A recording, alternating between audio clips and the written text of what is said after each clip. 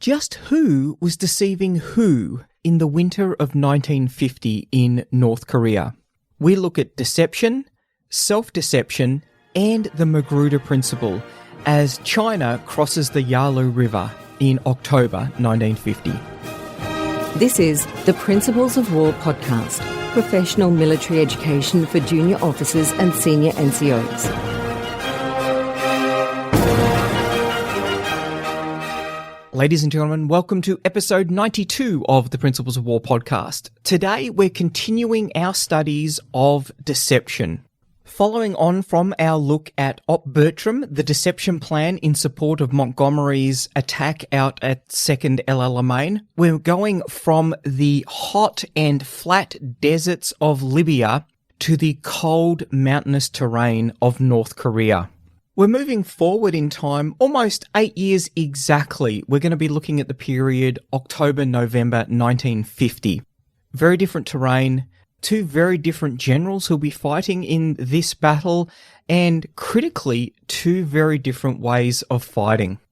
Marshal Suvorov in the 18th century wrote that to surprise is to conquer.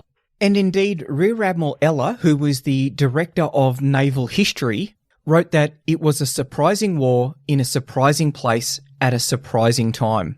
Now, if we look at the principle of war, strike the enemy at a time or place or in a manner for which he is unprepared, the North Koreans and Chinese scored the trifecta there. We're going to be looking at how the United States was surprised not once, but twice. Firstly, by the DPRK as they attacked South Korea initially, and then by the Chinese as they joined the conflict to support the North Korean government. This is a really interesting case study because the Chinese achieved complete surprise despite messaging that they were likely to attack. Whilst normally you would seek alignment from the strategic down to the operational and then to the tactical level in planning in general and deception planning in particular, this didn't occur. For reasons that we'll go into, operationally, the PLA was able to move hundreds of thousands of troops to the Korean border and conceal it totally from the United States. We're going to look at how they were able to do that. We'll start off by looking at the timeline of the events as they unfolded. We're then going to look at what were the factors that led to this happening. We'll look at the MacArthur principle, and finally we'll look at some lessons for today. Partially in deception planning, but also in how we can minimize the chances of us being deceived ourselves. References for this, we've got The Tao of Deception by Ralph Sawyer, Understanding Sun Tzu on the Art of War by Robert Cantrell, Weaving a Tangled Web. We're going to be looking at Chapter 9, Chinese Deception and the 1950 Intervention in the Korean War by Joseph Babb. If you haven't looked at Weaving a Tangled Web, I'll put a link in the show notes. Definitely have a look at this. This is part of the large-scale combat operations series by the US Army University Press. It's a free download, and the whole series is really interesting to read. The Military Deception volume is an excellent primer on deception planning. There's 12 chapters in there looking at 12 different campaigns. Well worth a read. Then we'll finish off with a little bit of doctrine. We've got US Army's ATP 7-100.3, Chinese Tactics, for something a little bit more conventional. We've also got our FM 3-13.4, Army Support to Military Deception. And finally, we've got Barton Whaley's Stratagem, Deception and Surprise in War. We'll pick up the story in October 1949. Mao Zedong announces the formation of the People's Republic of China. In that same year, the nationalists retreat to Taiwan. 8 months later, we see the North Korean invasion of South Korea.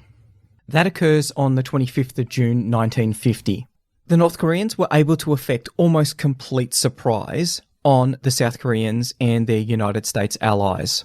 Some of the measures that they took to support security and enable surprise were that they had cleared their border regions back to 22 kilometres. Any civilians living in that area was moved out. Between the 15th and 24th of June, the Korean People's Army moved into that zone, utilising it as a forming up area for the assault that was about to occur.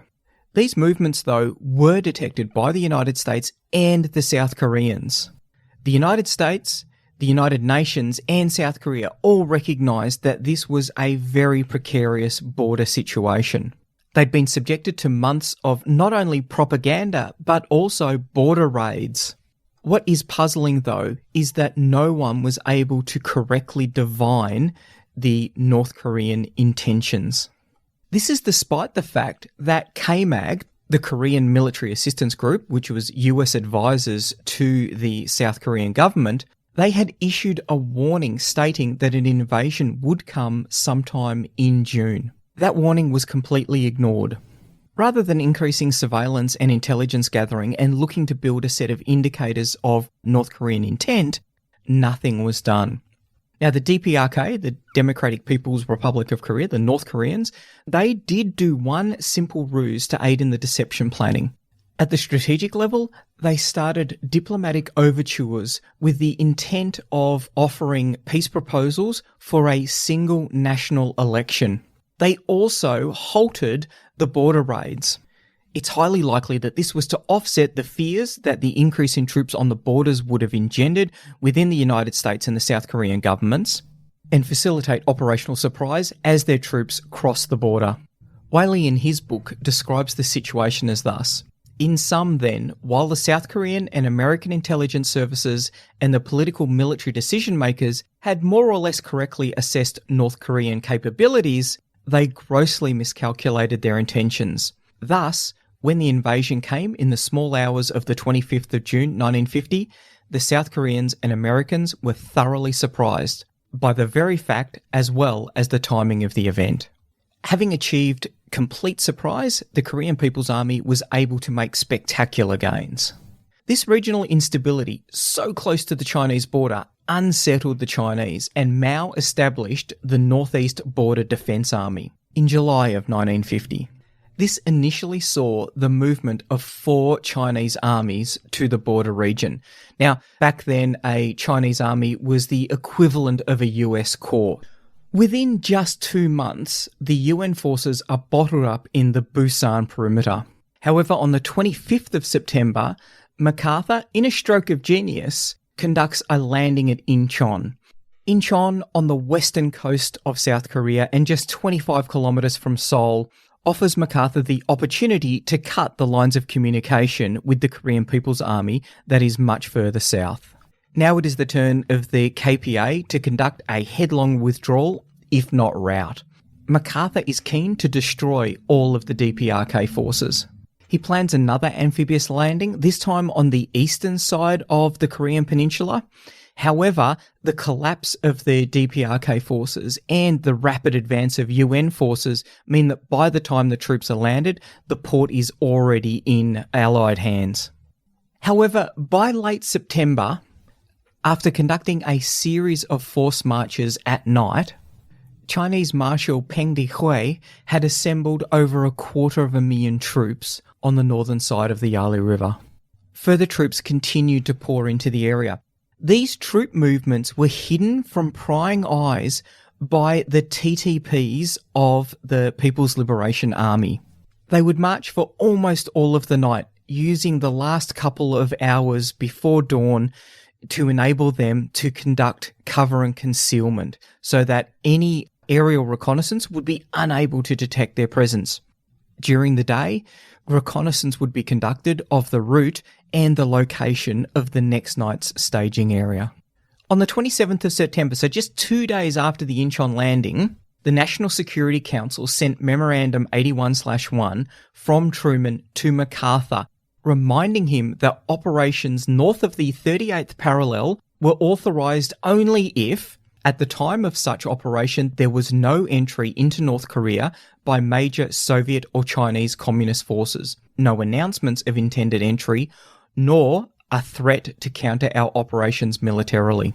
I think this is an important piece of the puzzle because MacArthur, with his penchant for offensive action, will be penalised if he reports any risk of Chinese intervention, and in fact he's incentivised not to even look for the risk of Chinese intervention. The 29th of September sees Syngman Rhee's government, the South Korean government, restored, so MacArthur's on a roll. Importantly, the very next day, on the 30th of September, the US Defense Secretary, George Marshall, sends an eyes-only communication to MacArthur. We want you to feel unhampered tactically and strategically to proceed north of the 38th parallel. So importantly, it's not just MacArthur who's maintaining this offensive spirit. Now, admittedly, his superiors will have been relying off intelligence that will have been coming up from his 8th Army. However, they would have also had access to strategic intelligence feeds above the 8th Army.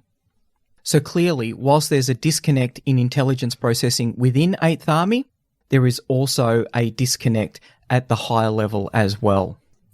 On the 2nd of October, the Indian government had sent a message to the United Nations in New York, a warning that they had received from the Chinese government. This warning came from the Chinese Foreign Minister, Zhou Enlai. Zhao's a fairly important character in this time in the People's Republic of China. During the war against Japan, he'd been Mao's liaison with the nationalists and their US advisors in Chongqing. And after the Japanese surrender, he'd worked closely with General George Marshall. He's now the Secretary of Defense. He had sent the telegram to MacArthur saying that he wanted him to feel unhampered tactically and strategically to proceed north of the 38th parallel. The message that Zhao had sent was unambiguous.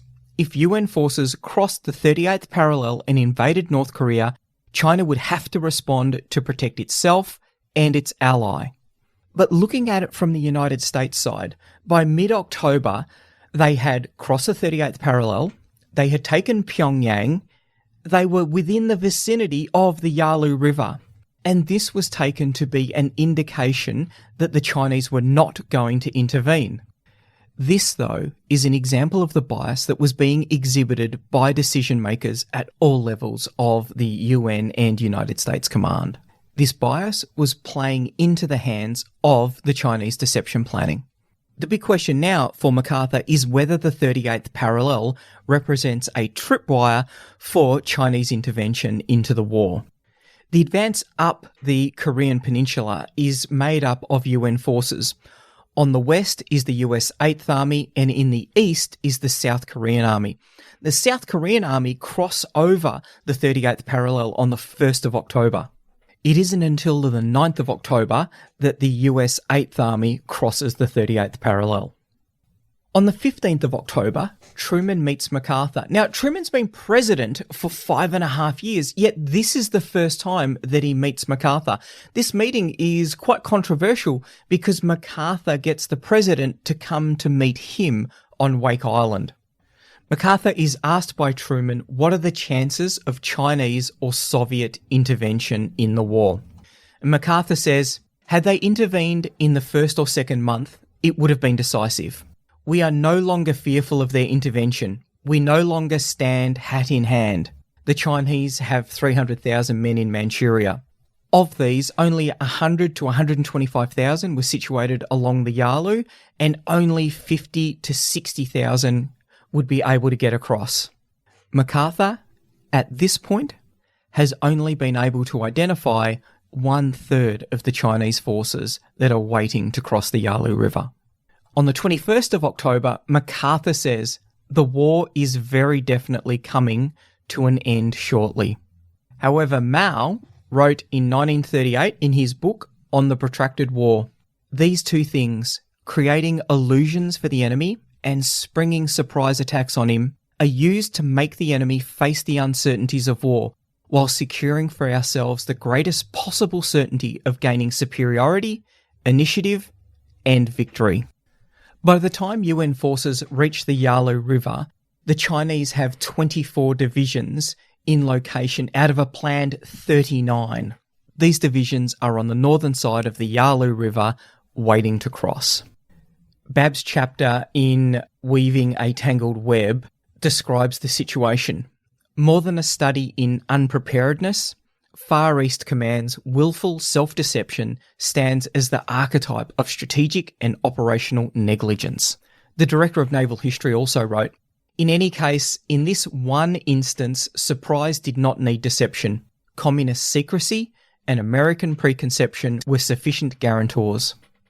On the 4th of October, Marshal Peng, one of China's 10 marshals, so the equivalent of a US 5-star general, had been given command of the forces allocated to the contingency planning for if the Chinese were required to intervene in North Korea. These forces would fight as the Chinese People's Volunteers. This was a ruse to maintain plausible deniability that China hadn't intervened in the war. Marshal Peng writes in his memoirs, "The US occupation of Korea, separated from China by only a river, would threaten northeast China. Its control of Taiwan posed a threat to Shanghai and East China. The US could find a pretext at any time to launch a war of aggression against China. The tiger wanted to eat human beings. When it would do so would depend on its appetite. No concession could stop it. If the Chinese wanted to invade China, we had to resist its aggression. Without going to a test of strength with US imperialism to see who was stronger, it would be difficult to build socialism. If the US was bent on warring against China, it would want a war of quick decision, while we would wage a protracted war. It would fight regular warfare, and we would employ the kind of warfare we had used against the Japanese invaders." Marshal Peng was one of the most experienced and competent Chinese generals from either side of the civil war and conflict with Japan, and he had now received his orders to defend the nation's sovereignty, ideology, and future. By mid-October, UN forces in some areas had reached the Yalu River. This is the border between China and North Korea. During the advance, prisoners from not only the Korean People's Army but also the Chinese People's Volunteers had been taken. These prisoners were interrogated and they gave detailed information about not only their current locations but also future intentions. Divisional staffs across the front line, so both on the western and eastern flanks of the North Korean peninsula, were aware of the presence of Chinese troops in North Korea and their intentions. This information was not passed up to MacArthur. Willoughby, his intelligence officer, would filter the information out or obfuscate the true meaning of the reports. MacArthur continued to believe that there was no significant action either currently occurring or planned to happen by the Chinese forces. UN forces were still advancing when Chinese forces launched their first offensive on the 18th of October. SLA Marshall, in his book The River and the Gauntlet, writes, "In the hour of its defeat, the 8th Army was a wholly modern force technologically, sprung from a nation which prides itself on being as well informed as any of the world's people. The Chinese Communist Army was a peasant body composed in the main of illiterates. Much of its means for getting the word around was highly primitive. In recent centuries, its people had displayed no great skill and less hardihood in war, but they matured their battle plan and became victors on the field of Chongchon because they had a decisive superiority in information." The fact that the Chinese were able to develop information asymmetry against a technologically advanced United Nations force is the start of the mystery of deception on the Yalu River. It raises questions of how this situation was allowed to develop, how can we guard against this occurring in the future, and how can we set those conditions and exploit them in the minds of our enemies. Babb, in Weaving the Tangled Web, says that Peng's attacking army, consisting overwhelming of semi-literate but hardy peasants, lacking significant air cover, artillery and armour, won a campaign of movement, manoeuvre and infiltration. The CPV supported Peng's deception through the use of superior operational security, an unsurpassed ability to conceal its staging areas and movements, and the discipline of its massed light infantry. Marshal Peng's scheme of manoeuvre for the defeat of the UN forces was broken into 5 phases, or as he described them, campaigns. The first was marked by relentless security to provide the surprise required for the crossing of the Yalu River. In his account of the first campaign, he writes, "At dusk on the 18th of October 1950, I crossed the Yalu with vanguard units of the Chinese People's Volunteers. His plan was to move 11 armies across the Yalu River over the first 4 weeks of the campaign. His 40th Army, within the first week, had fought 2 major engagements at Unsan and Bukjin. Following those engagements, the 40th Army disengaged and disappeared. Peng wrote, "We employed the tactic of purposefully showing ourselves to be weak, increasing the arrogance of the enemy, letting him run amok, and luring him deep into our areas." The dominant narrative that Peng was promulgating to MacArthur was that the Chinese were not conducting a full-scale invasion, just messaging a warning to the UN. MacArthur, by this stage, having received and ignored Zhou Enlai's diplomatic warning, having received the briefings from the captured Chinese troops within North Korea, and having fought the 40th Army in North Korea, continued to attack. By now, Peng had 6 armies in North Korea. However, rather than attack immediately, an operational pause was put in place to allow the other 5 armies to cross the Yalu. Bab writes that Peng followed his initial attack with a period of seeming inactivity. CPV forces across the Yalu dispersed, went into hiding, and attempted to avoid contact with UN forces.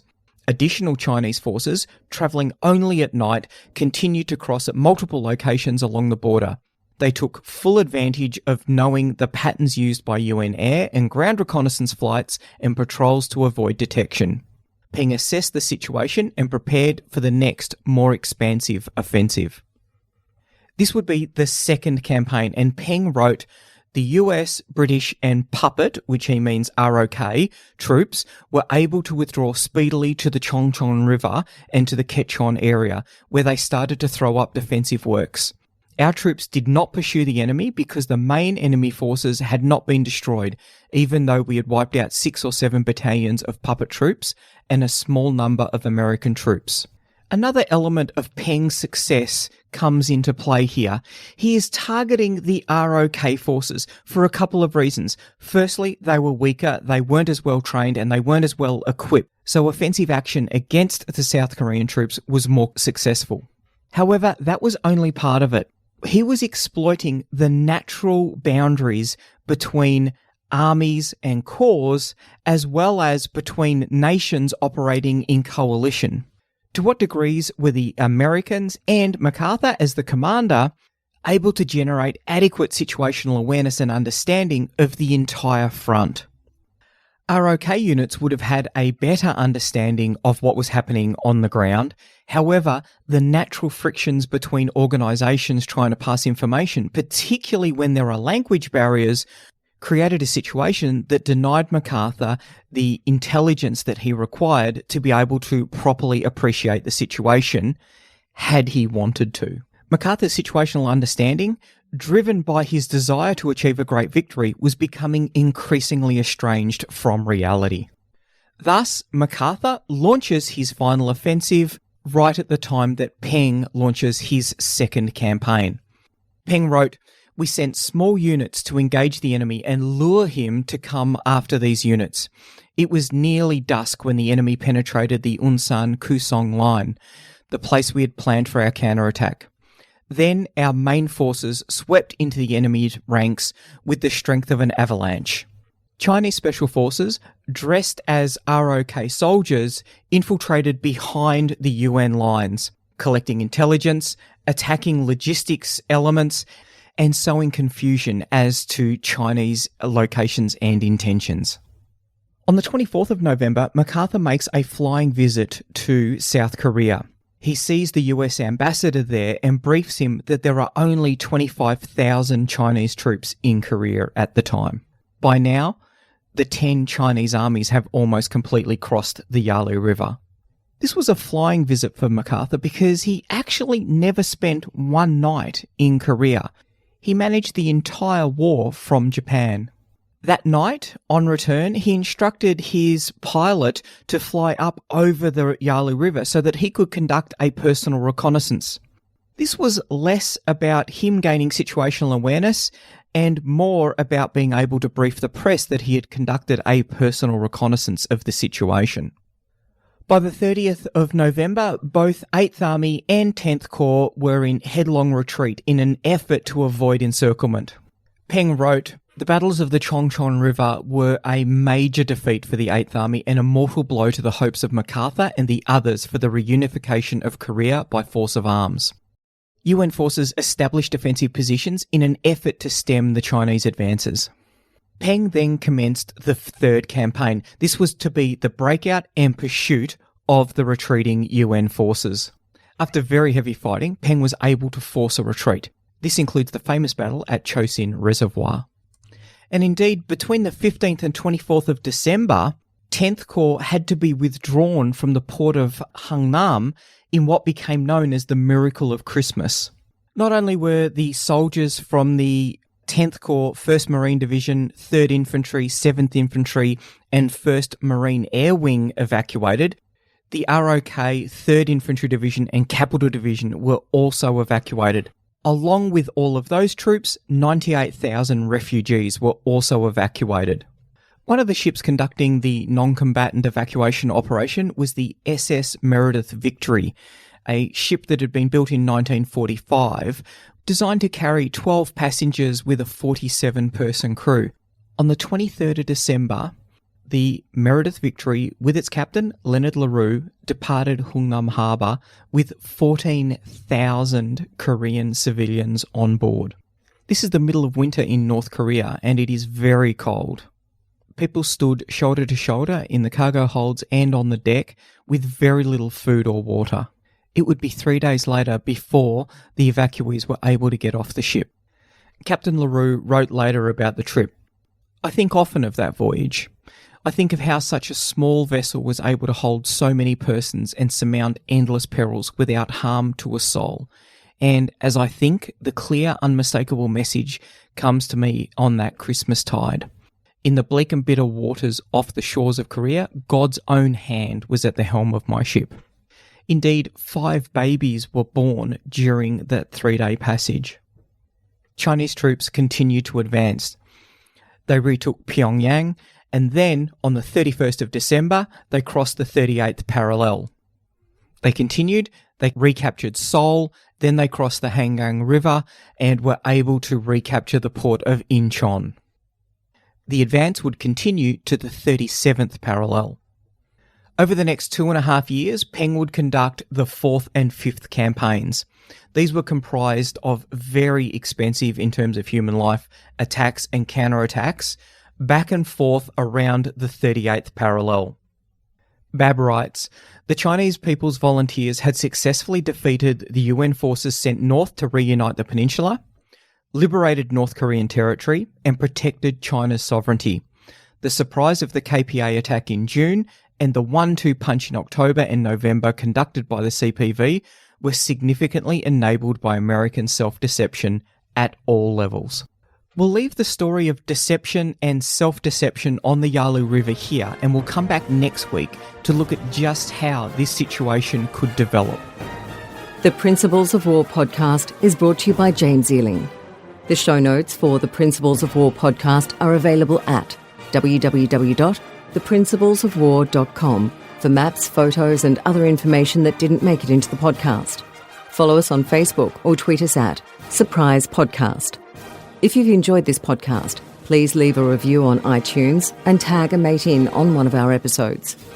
All opinions expressed by individuals are those of those individuals and not of any organisation.